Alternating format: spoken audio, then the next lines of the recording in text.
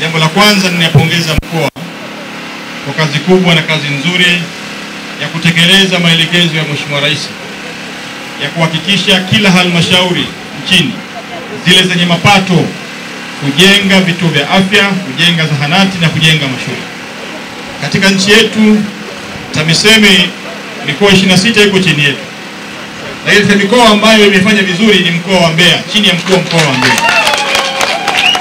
Kwa sababu kituo cha afya hiki kimejengwa kwa mapato ya ndani. Na haya ndio maelekezo ya Mheshimiwa Rais kwamba wale wenye mapato basi wahakikishe wanawasaidia wananchi katika maeneo yao. Kwa hiyo wapongeze sana wana Mbeya, pongeze mkuu wa mkoa na wasaidizi wake wote, wakuu wa wilaya za mkoa mzima wa Mbeya, kwa sababu wao wametekeleza maelekezo ya Mheshimiwa Rais ya ujenzi wa vituo vya afya na ujenzi wa zahanati kupitia mapato ya ndani. Na huu ndio msingi wa serikali. Wajibu wetu ni kuwasaidia wananchi. Tunapokusanya mapato, mipango yetu ya maendeleo, waheshimiwa madiwani, vikao vyenu vya ndani, vikao vya kamati zenu za fedha na vikao vingine, mabaraza ya madiwani, muhakikishe mipango yenu ya bajeti, mipango yenu ya maendeleo iwe ni kuwasikiliza wananchi. Wananchi wanataka nini katika maeneo yao. Kwa hiyo nawapongeza sana kwa kazi hii nzuri ya ujenzi wa kituo hiki cha afya. Lakini pili, nimesikia taarifa hapa kuhusu ukosefu wa vifaa tiba.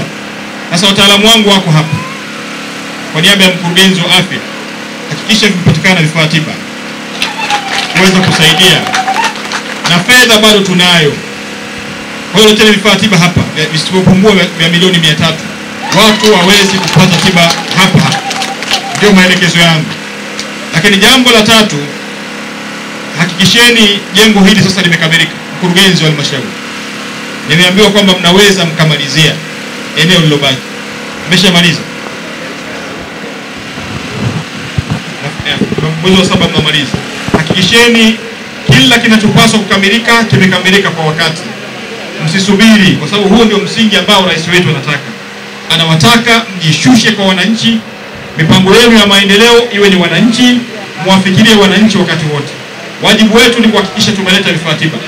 Mkurugenzi wa afya, hakikisha vifaa tiba vimeingia hapa. Fedha bado tunayo TAMISEMI. Kwa hiyo hakikisha vifaa tiba vimepatikana na vimeingia hapa. Tumefanya mambo mengine makubwa mengi. Tumejenga shule mpya, tumejenga madarasa mengi, na hapa ninapokuambia ndani ya Sangambi hii tumepata fedha. Tunaendelea kuijenga shule yetu ya sekondari ya Sangambi, na sasa hivi tumepata kibali cha kusajili kidato cha 5 na cha 6. Piga makofi kwa Mheshimiwa Samia Suluhu Hassan. Hapa Sangambi tulipata mradi mkubwa wa maji. Kulikuwa hakuna maji hapa. Tulipata mradi mkubwa wa maji, na karibu vijiji na kata nyingi kuna miradi mikubwa ya maji. Kwa hiyo tunaendelea kuhakikisha kwamba haya na mengine mengi yanaendelea kufanyika. Lakini Mheshimiwa Waziri, bado pamoja na mazuri haya tuna changamoto. Changamoto ya kwanza, bado tuna changamoto kubwa kwenye upande wa miundombinu ya barabara.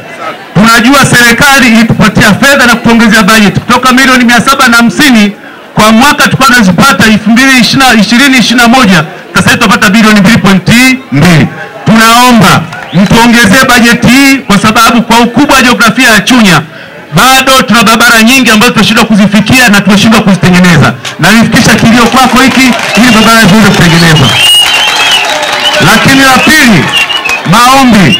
Tuna maombi ya vifaa tiba. Tunashukuru hapa, tumpigie kwanza makofi Mheshimiwa Waziri, amepokea kilio chetu cha hapa, ametuahidi kutupatia vifaa tiba vya milioni 300 kwenye kituo chetu cha hapa.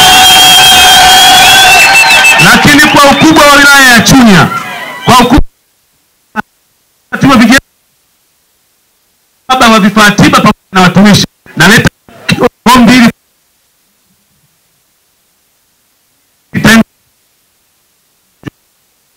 Waziri, ikikupendeza angalau tufikirie tuweze kupata magari mengine ya wagonjwa, na Sangambi pia ikiwezekana tupate gari ya wagonjwa.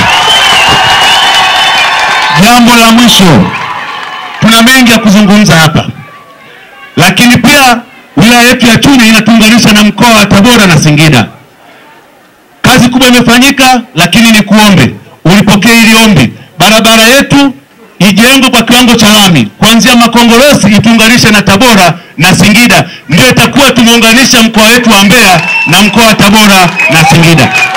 Kata yangu imepata zaidi ya bilioni 2.6.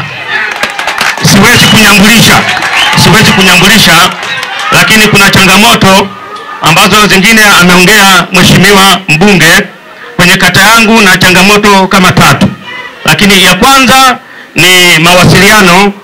Kama ulivyosemewa taarifa kule kituo cha afya, kata yangu ina vijiji 3, lakini na changamoto ya mawasiliano kwenye kijiji cha Shoga.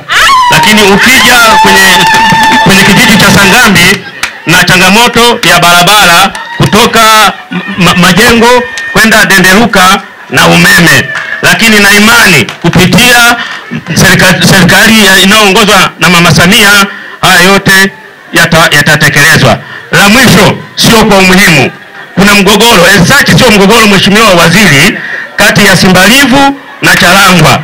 GN inasoma tuko Sangambi na Lamani inasoma Sangambi. Ni serikali tu kutamka ili watupatie eneo letu. Naomba kuwasilisha. Asante sana mheshimiwa.